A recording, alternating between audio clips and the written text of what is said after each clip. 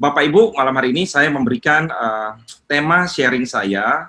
Saya memberikan temanya adalah, mungkin kalau yang pakai handphone kecil kali ya, tapi nggak apa-apa. Saya memberikan judul tema dari sharing saya malam hari ini adalah Facing the Unseen Giant, atau menghadapi raksasa yang tidak kelihatan. Ya, nah saudara, sebelum mulai saya akan mengawali dengan satu ayat yang diambil dari Matius pasal yang ke-24, ayatnya yang ke-12. Matius pasal yang ke-24, ayatnya yang ke-12.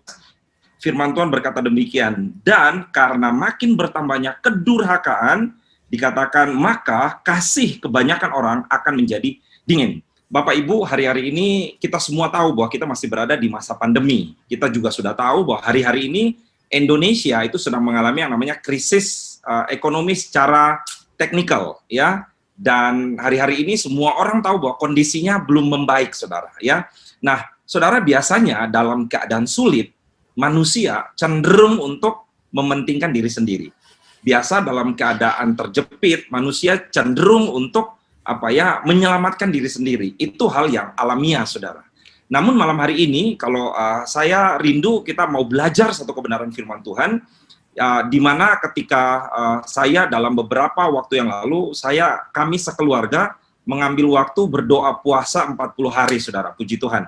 Dan kami melakukan ini sudah kali yang kedua, dan kami mengajak anak-anak kami, bahkan sampai Kathleen yang masih umur 6 tahun juga ikut berpuasa, full, saudara, ya. William yang full 40 hari, Kathleen 3 minggu. Dan di dalam masa doa puasa itu, kami mendapatkan banyak rahasia, banyak hal yang malam hari ini saya ingin bagikan secara singkat kepada Bapak Ibu semuanya. Ya, jadi kita tangkap dulu pesan yang di depan tadi, bahwa Alkitab berkata hari-hari terakhir kasih kebanyakan orang akan menjadi dingin. Dan saya sudah sampaikan tadi bahwa di dalam masa sulit memang benar manusia cenderung untuk mementingkan diri sendiri. Nah, tapi kita akan lihat apa sih yang Tuhan ingin untuk kita lakukan, saudara, ya. Saudara, malam hari ini saya ingin kita belajar secara singkat satu cerita yang diambil dari dalam kitab Kejadian, pasal yang ke-13, ayatnya yang ke-9 sampai yang ke-11. Saya akan bacakan buat Bapak Ibu semuanya. Ini kisah menceritakan mengenai Abraham dan Lot, saudara, ya. Firman Tuhan berkata, bukankah seluruh negeri ini terbuka untuk engkau? Ini yang berkata adalah Abraham. Baiklah, pisahkanlah dirimu daripadaku. Jika engkau ke kiri, maka aku ke kanan. Jika engkau ke kanan, maka aku ke kiri. Saudara, Lot itu adalah keponakannya Abraham. Tapi kita lihat di sini ada satu kerendahan hati Abraham. Dia bukan memilih bagian yang terbaik, tapi dia berikan kesempatan kepada Lot, saudara. Ayat yang ke-10 bilang begini, lalu Lot melayangkan pandangannya dan dilihatnya bahwa seluruh lembah Yordan banyak airnya, seperti taman Tuhan, seperti tanah Mesir, sampai ke Zoar. Hal itu terjadi sebelum Tuhan memusnahkan Sodom dan Gomora, saudara, ya. Sebab itu, ayat yang ke-11, Lot memilih baginya seluruh lembah Yordan, lalu ia pergi berangkat ke sebelah timur, lalu mereka berpisah. Saudara, kalau kita baca kitab Kejadian, pasal yang ke-13 ini, maka kita akan mengetahui, saudara, bahwa ketika dipanggil Tuhan untuk keluar dari negerinya, Abraham itu nggak keluar sendiri. Dia keluar bersama-sama dengan keponakannya, yaitu Lot, saudara, ya. Nah, di tanah Negeb, mereka, Tuhan berkati mereka dengan melimpah, sampai mereka punya harta yang sangat banyak.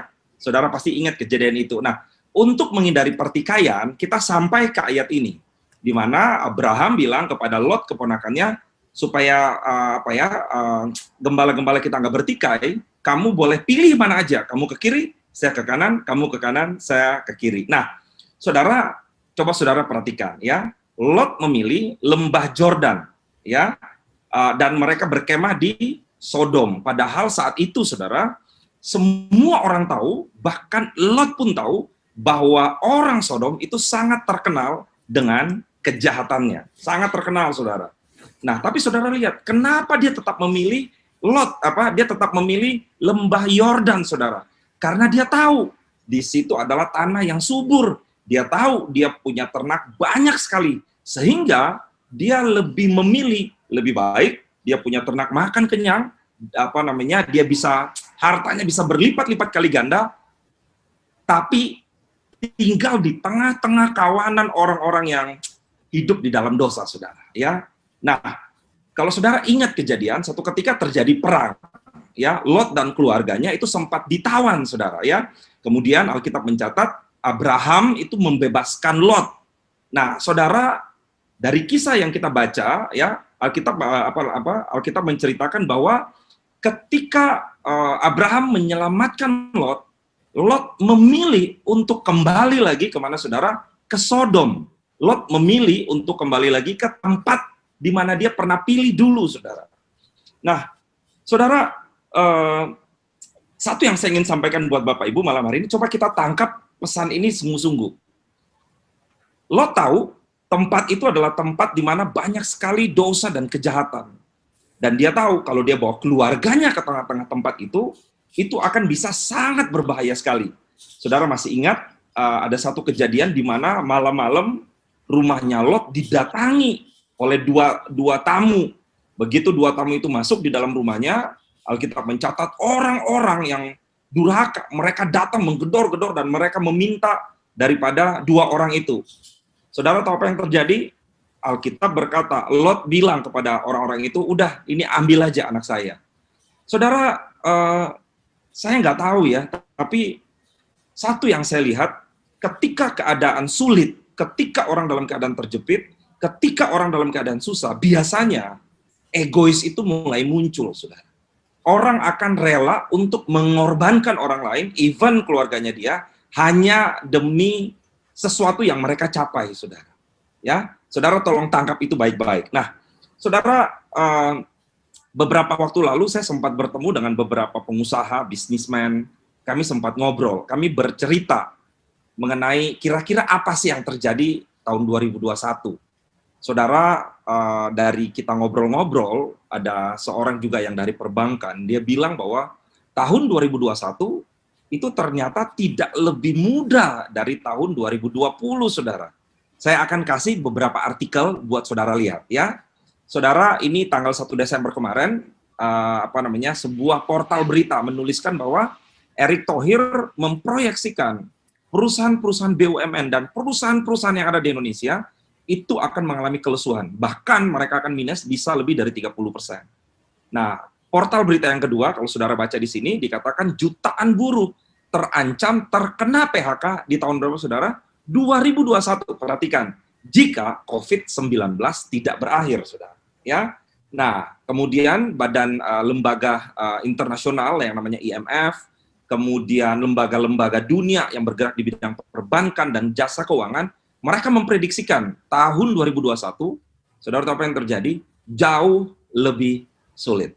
Nah, saudara, malam hari ini saya nggak ingin menakut-nakuti saudara, saya nggak ingin kasih berita yang menakutkan kita, tapi kalau kita belajar dari kisah Lot tadi, biasanya orang kalau dalam keadaan terjepit, apa yang dia lakukan? Dia akan mudah untuk mengorbankan orang lain. Biasanya kalau dalam keadaan sulit sekali, yang terjadi adalah apa? Keegoisan manusia itu keluar. Saudara ingat ya, yang tadi saya bilang di dalam kitab Matius pasal yang ke-24, Alkitab berkata, pada hari-hari terakhir, kasih kebanyakan orang akan menjadi dingin. Saudara tahu kenapa kasih kebanyakan orang menjadi dingin? Alasannya cuma satu, karena keadaan tidak semakin baik. Karena keadaan justru semakin sulit. Nah, pertanyaan sederhana malam hari ini, terus apa yang harus kita lakukan, saudara? Ini menarik. Tema saya malam hari ini adalah bagaimana kita menghadapi raksasa yang nggak kelihatan. Saudara, saya mau kasih satu kabar baik buat saudara. Raksasa yang kita hadapi itu bukan masalah pandemi. Raksasa yang kita hadapi bukan masalah ekonomi. Raksasa yang kita hadapi bukan masalah kesukaran. Tapi saya kasih tahu satu hal buat saudara. Raksasa yang terbesar yang kita alami dan sering kali kita nggak tahu adalah keegoisan diri kita. Ketika keadaan makin sulit, manusia cenderung egois, saudara. Ketika keadaan semakin susah, kita cenderung untuk mementingkan diri kita sendiri, saudara. Nah, saudara, itu yang itu yang terjadi ketika orang-orang cenderung untuk mementingkan diri mereka sendiri, saudara. Ya, saudara, Alkitab berkata di dalam kitab Yakobus pasal yang ketiga ayat yang ke-16 bilang begini, saya akan bacakan buat saudara, ya. di mana ada iri hati dan, garis bawahi, mementingkan diri sendiri, di situ ada kekacauan dan segala macam perbuatan jahat. Nah, oleh karena itu, sebelum saya masuk ke poin terakhir, ya, saya ingin sampaikan satu hal buat saudara. Hari-hari ke depan, ya, mungkin akan menjadi hari-hari yang semakin sulit. Saya nggak bilang ini untuk menakut-nakuti saudara, tapi kalau kita mengikuti berita, kita mengikuti perkembangan, bahkan hari ini ada satu berita yang berkata bahwa kemungkinan besar gelombang kedua daripada COVID itu akan terjadi. Karena kenapa? Karena melihat angka tren yang semakin meningkat, saudara. Ya, tapi itu bukan masalah buat kita orang percaya. Mau masalah sebanyak apapun, kita percaya, kita pegang firman Tuhan. Kita berkata, 1.000 orang boleh rebah sebelah kiri kita, 10.000 boleh rebah di sebelah kanan kita, percayalah, itu tidak akan menimpa kita. Amin. Tapi malam hari ini yang ingin saya bagikan adalah, kalau kita ingin survive di tahun depan, hari ini, yuk kita belajar untuk menghilangkan yang namanya sifat mementingkan diri sendiri. Mari kita hilangkan yang namanya sikap egois, saudara. Saudara, kenapa sikap egois ini bahaya? Kita sudah baca di ayat Lot, kisah mengenai Lot tadi. Ketika dia mementingkan dirinya sendiri, ketika ada egois di dalam diri Lot, dia berani mengorbankan keluarganya. Pada akhirnya kita tahu ceritanya. Harta, benda, dan kekayaan yang dibangun bertahun-tahun itu habis, saudara. Karena kenapa? Tuhan menjatuhkan dosa atas kota Sodom dan Gomora. Nah, malam hari ini, saya berdoa, saudara, supaya kita semua tangkap message ini, kita tangkap pesan ini. Apa yang harus kita lakukan di tahun depan? Waktu saya mengambil doa puasa, Tuhan ingatkan ada 2 hal yang harus kita lakukan, saudara. Hal yang pertama adalah, saya akan bacakan di dalam kitab Lukas, pasal yang ke-6, ayat yang ke-31. Ya. Dikatakan, dan sebagaimana kamu kehendaki supaya orang perbuat kepadamu, perbuatlah juga demikian terhadap mereka. Saudara, poin pertama yang harus kita lakukan ketika kasih menjadi semakin dingin, ketika masa-masa semakin sulit, ketika orang mementingkan diri sendiri. Poin yang pertama, mulailah kita belajar untuk memperdulikan orang lain. Saudara, saya nggak tahu, tapi semenjak pandemi di bulan Maret, setiap hari Sabtu dan setiap hari Minggu, pokoknya salah satu, setiap minggu lah, kalau nggak Sabtu ya Minggu, dari 7 bulan lalu, saya dan beberapa teman di Kesan, setiap minggu kami tuh kunjungan, saudara. Kami pergi, saya nggak punya waktu untuk masukin foto-fotonya, tapi setiap minggu hampir semua jemaat di Bekasi Barat kami kunjungin, saudara. Ya, waktu kami melakukan itu di awal bulan Maret, saya itu terus terang aja saya nggak ngeh. Saya mau belajar taat aja. Lagian kan kita nggak ada ibadah, kita nggak ada waktu latihan. Biasa Sabtu kan kita sibuk latihan, hari Minggu kita sibuk ibadah. Karena kami punya waktu kosong banyak, kami pakai untuk kunjungan, saudara. Ya. Nah, saya nggak ngerti, tapi ketika saya masuk doa puasa kemarin, tiba-tiba Tuhan ingatkan poin yang pertama ini. Tuhan bilang, kalau kamu ingin diperlakukan sama orang, perlakukan itu lebih dulu. Kalau kamu ingin dikasihi sama orang, belajar mengasihi orang lain. Kalau kamu ingin diperhatikan orang, belajar memperhatikan orang lain. Kalau kamu ingin ditolong orang, belajar mulai menolong orang lain, saudara. Saudara, dan Tuhan ingatkan satu hal. Kalau kamu ingin orang berbaik hati kepada kamu di tahun 2021, belajar mulai berbaik hati kepada banyak orang di tahun ini, saudara. Saudara, saya berdoa, saudara tangkap pesan Tuhan yang pertama ini. Saya percaya bahwa ketika kita belajar untuk mulai memperhatikan orang, kita belajar untuk mulai memberikan waktu kita, perhatian kita, tenaga kita kunjungin orang, kita doakan orang, saudara sedang menabur blessing dan berkat yang luar biasa buat orang itu dan buat saudara. Hari-hari ini saya melihat ada banyak sekali orang-orang yang lebih mementingkan diri sendiri. Sabtu lebih memilih untuk di rumah, santai-santai, tenang-tenang, lazy time, gak ngapa-ngapain. Saya nggak melarang itu, saudara. Ya, itu sah-sah aja dan itu boleh. Tapi kalau bisa, yuk kita mulai membayar harga, mengambil waktu untuk ngapain? Yuk kita datangin, kunjungin jemaat-jemaat di Bekasi Timur. Doakan mereka, samperin mereka. Saudara tahu nggak? Ketika kita datangin seseorang, mungkin kita nggak bawa apa-apaan, tapi saya mau kasih tahu saudara, orang yang didatangin merasa mereka berharga. Mereka merasa mereka itu dihargain. Mereka merasa mereka dikasihi. Itu lebih daripada cukup, saudara. Dan ketika kami melakukan itu, saya melihat orang-orang itu sukacitanya luar biasa, saudara. So, poin yang pertama yang ingin saya bagikan, waktu saya nggak banyak, belajar mulai memperhatikan orang lain, saudara. Ya. Dan poin yang kedua, poin yang terakhir yang ingin saya bagikan buat saudara, hal kedua yang harus kita lakukan adalah, yuk kita mulai belajar untuk menabur. Saya akan kasih satu ayat terakhir buat kita, ya. Setelah itu saya akan tutup, saudara. Sebentar, saya lihat dulu ya. Ayatnya di mana nih? Saya sungguh-sungguh exciting sekali, karena saya tahu, saudara, bahwa hari-hari ini Tuhan sedang melakukan banyak perkara yang luar biasa buat kita, saudara, ya. Sebentar. Oke, saya akan bacakan ayat ini buat saudara, ya. Saudara, poin yang kedua yang akan kita belajar malam hari ini adalah, yuk kita belajar untuk mulai menabur, mulai memberi, saudara. Saudara, ayat ini ditulis dari dalam kitab Mazmur 126. Saya sangat diberkati dengan ayat ini. Ayat ini bilang begini, pulihkanlah keadaan kami ya Tuhan, seperti memulihkan batang air di tanah Negeb. Saudara perhatikan ya, ayat ini berisi doa permohonan untuk memulihkan keadaannya. Berisi pengharapan kepada Tuhan supaya hidup mereka diubahkan. Tapi mereka nggak hanya sekedar berdoa. Saudara perhatikan ayat yang kelima. Kadang-kadang kita hanya berdoa, Tuhan pulihkan kami, tapi kita nggak mau untuk memberi. Kita berdoa, Tuhan berkati kami, tapi kita nggak pernah mau untuk menabur. Saudara perhatikan, ketika mereka berdoa untuk memulihkan keadaan mereka, langkah berikut yang mereka lakukan adalah, orang-orang yang menabur dengan mencucurkan air mata akan menuai dengan sorak-sorai.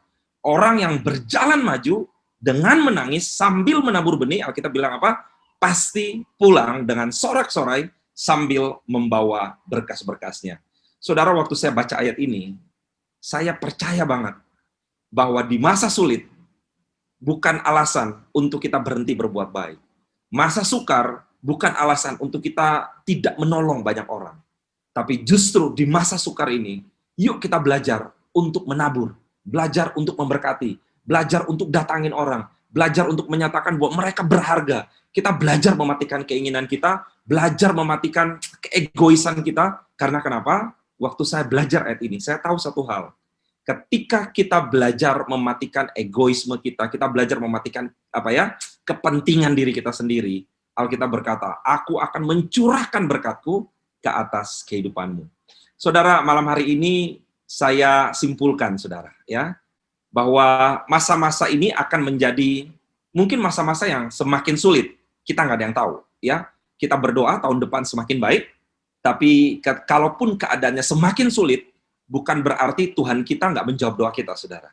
Tapi Tuhan punya rencana yang besar untuk kehidupan kita. Oleh karena itu, kita harus tahu apa yang harus kita lakukan, ya. Kita berkata, masa sulit biasanya membuat orang semakin egois. Masa sukar biasanya membuat orang semakin mementingkan diri sendiri. Tapi malam hari ini kita belajar ketika Lot mementingkan diri sendiri, yang terjadi adalah kehancuran. Ketika Lot mementingkan egoisnya dia, yang terjadi adalah keluarganya berantakan, saudara.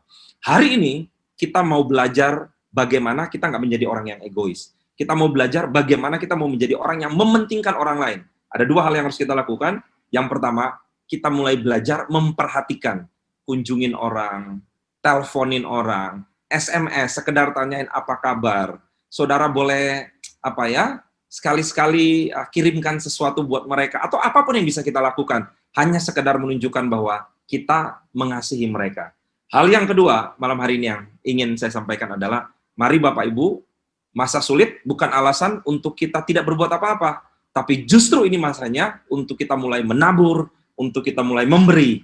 Mazmur 126 berkata, ketika mereka berdoa untuk pemulihan negeri mereka nggak duduk diam, tapi mereka berkata, bahkan mereka menabur dengan mencucurkan air mata.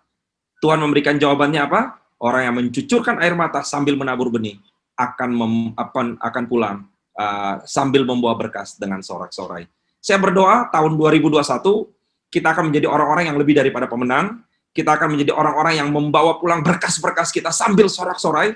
Karena tahun depan, saya mau kasih tahu buat saudara, itu adalah tahun penuaian. Itu adalah tahun di mana saudara menuai hasil yang besar. Oleh karena itu kita masih punya waktu untuk ngapain?